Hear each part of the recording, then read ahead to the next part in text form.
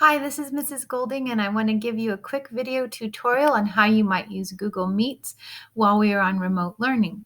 Many of your teachers will be using Google Meet, and so I want you to be sure to know how to properly use it. So your teachers will need to get you the link to their classes.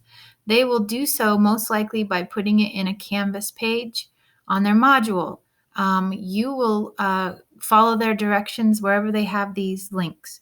It may be linked to a class period, something like this. It may just be a link that is out here, okay, just with nothing, not linked to anything. It may also be an image that they've linked it to that they want you to click on. They will let you know where that link is, so you may need to make sure and follow their instructions.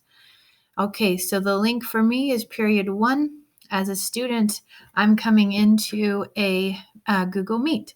Now, this is not the meeting that I'm in right now. This is a waiting room. In this waiting room, I need to make some choices. And the first thing is, do I want my camera on or off? Okay, so I'm going to go ahead. There's a lot going on in my house. Maybe I want to eat a little something or so forth. I'm going to turn my camera off. I am also going to turn my microphone off. As a student, everyone must turn their microphone off before they join a Google Meet. That's proper etiquette. That keeps us from hearing babies crying, dogs barking, all those things that are happening in the backgrounds of our houses. So now we're joining the meeting. Again, you can have your camera on or off. And when I click join, then I'm going to actually be in the meeting. And so my teacher will either be presenting something on the page, or she may also be, and I'm going to go ahead as the teacher here, and I'm going to hit present now. It might be her in the meeting, me seeing her or his face, and they might be doing something in front of me. Either way, proper etiquette says if I have a question, I can put it in the chat feed, and the chat feed is right here. If your teacher has activated the chat, some will deactivate that.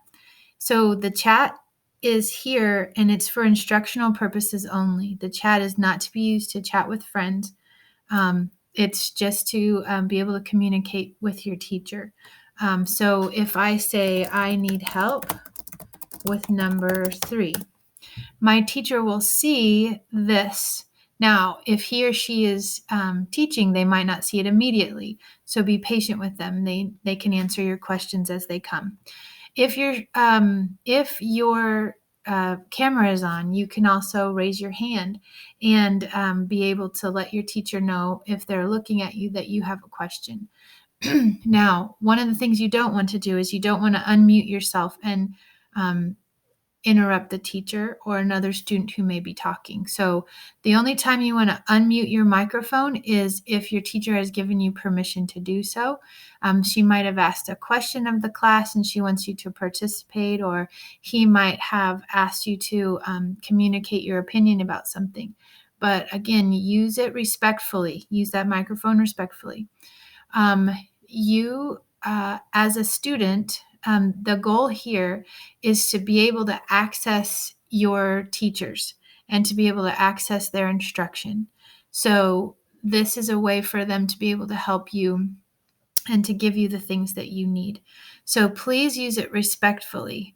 When you are finished with a meeting, you leave the meeting here with this telephone right here. You can go ahead and leave that meeting.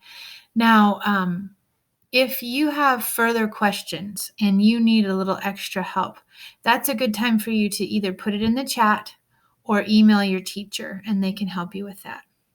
Okay, I know you're going to be very successful as Scotties using your Google Meet responsibly and respectfully.